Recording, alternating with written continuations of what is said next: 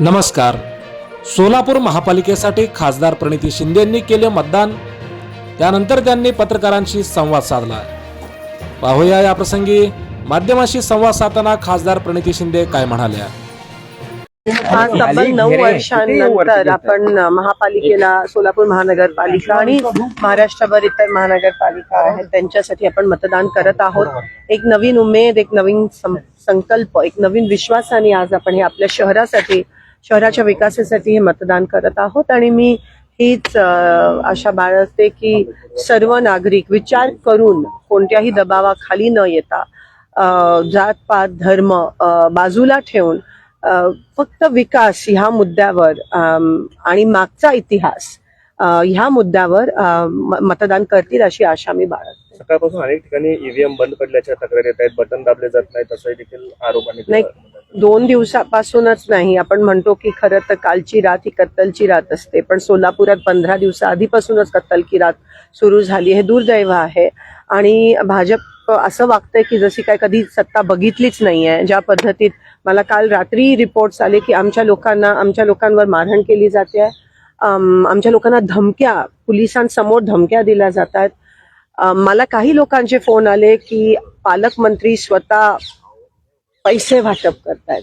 म्हणजे असं जर होत असेल, ऑफकोर्स ते मला काही फोटो आणि व्हिडिओज अजून प्राप्त झाले नाही, ते होतील, पण अशी वागते की सत्ता त्यांच्यासाठी नवीन आहे असे एकंदरीत दिसून येतं. सत्ता हापापले त्या सत्तेमुळे आणि कोणत्याही पातळीला हे इलेक्शन घेऊन जात आहेत.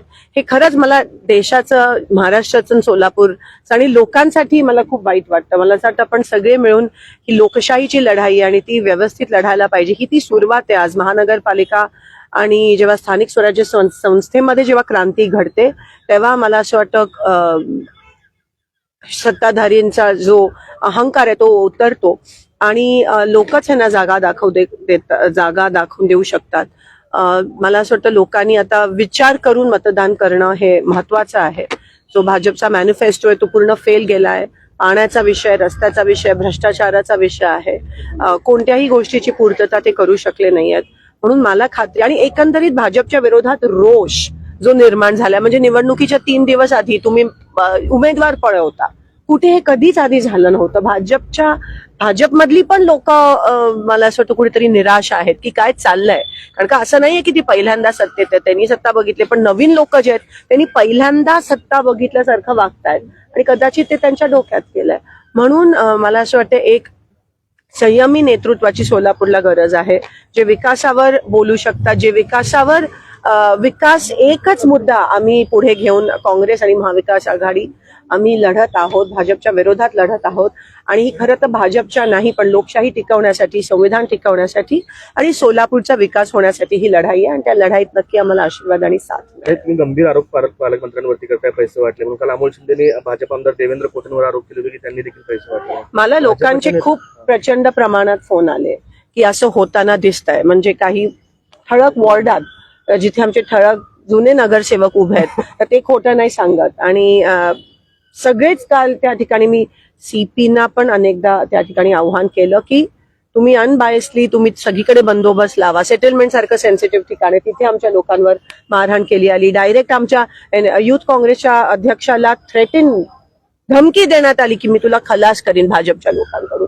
असं जर पोलिसांच्या समोर होत असेल आणि एवढा दबाव, म्हणजे मी पोलिसांना खरं तर मी त्यांना अप्रिशिएट करते आणि त्यांना मी प्रोत्साहन पण करते की तुम्ही पण कोणत्या दबावाखाली येऊ नका. कारण का एकच आपल्याला एक उम्मीद आहे, पोलीस, कलेक्टर ऑफिस आणि कमिशनर ऑफिस, ह्यांच्या पलीकडे आपण नाही, ह्यांच्याकडूनच आपल्याला अपेक्षा आहे आणि तेच आम्हाला न्याय देऊ शकतील. आज पूर्ण दिवस त्यांनी नीट सगळीकडे टाईट बंदोबस्त करून हे इलेक्शन आतमध्ये पण आपल्याला दिसतंय, पोलिंग बूथ मध्ये पण दबावाचे वेगवेगळे तंत्र चाललेत, अटेन्शन डायव्हर्ट होण्याचे वेगवेगळे. आज तुमच्यावर पण त्या ठिकाणी आरोप करण्यात आला आणि बरं झालं तुम्ही त्या ठिकाणी त्यांना सांगितलं. तर हे सगळं बदलणं गरजेचं आहे आणि त्याची सुरुवात आज होईल.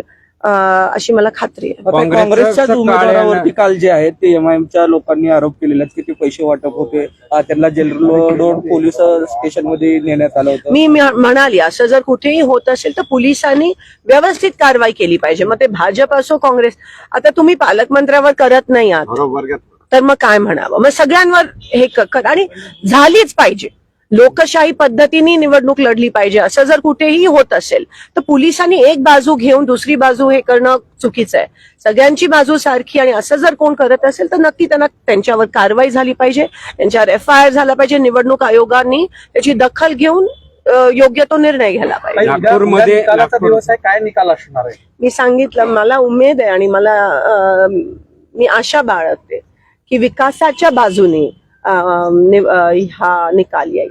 नागपूरमध्ये कुठेतरी काँग्रेसचं कार्यालय जाण्याचा प्रकार हे मला आता तुमच्याकडूनच कळतंय. नाही ठिकठिकाणी असत काही मशीन्स बंद पडल्यात. जिकडे हाताचे चिन्ह आहे ते बटन चालत नाहीये. उगाच आतमध्ये येऊन बीजेपीचे लोक आमच्या लोकांना दमदाटी करतायत. काँग्रेसचं ऑफिस जाऊन हे जेवढं करतील तेवढं आमच्यासाठी बरं आहे. तर पालकमंत्री जे आहे रात्री 10 नंतर जे आहे आचारसंहिता देखील चहाच्या टपरी बरोबर दिसतानाचे फोटो सोशल मीडियावर व्हायरल झालेले आहेत. त्याच्यावर काय सांगा? हे तुम्ही मला आता तुमच्याकडून कळतंय. मला आता कोणीतरी विचारलं की काय ही न्यूज माझ्याकडे रोज येतेच आहे. काल काय झालं आणि ते काय करतायत आणि हे जसं मी म्हणाली हे सगळं त्यांच्यासाठी नवीन आहे. त्यांनी कधी बघितली नाहीये. ते त्यांच्या डोक्यात केलं आणि त्याचा गैरवापर ते खूप मोठ्या प्रमाणात आपल्याला मिसयूज खूप मोठ्या प्रमाणात होताना दिसतोय. खास करून सोलापूर नवीन आहे सत्ता त्यांच्यासाठी आणि सत्तेचा अहंकार त्यांच्या डोक्यात चढला. त्याचा गैरवापर हे लोकांवर दबाव आणण्यासाठी साम दाम दंड याचा उपयोग करत आहेत. कारण लोकांना कळून चुकलं. पोलीस प्रशासनाचा दुरुपयोग केला जातो. 100% पोलीस प्रशासन असेल, तुमचे निवडणूक आयोग असेल, सगळ्याचा दुरुपयोग ह्या ठिकाणी होत असताना आपल्याला दिसून आहे. आणि म्हणून मी अधिकाऱ्यांना विनंती करते हात जोडून, अभ्यास करून IAS असतील IPS असतील, खूप कष्ट करून संविधानाची शपथ घेऊन तुम्ही इथपर्यंत आलात. तुमच्याकडेच आम्हाला आता आशेचं किरण दिसतं. कृपया तुम्ही या देशाच्या जनतेला हिंमत द्या. मॅडम हे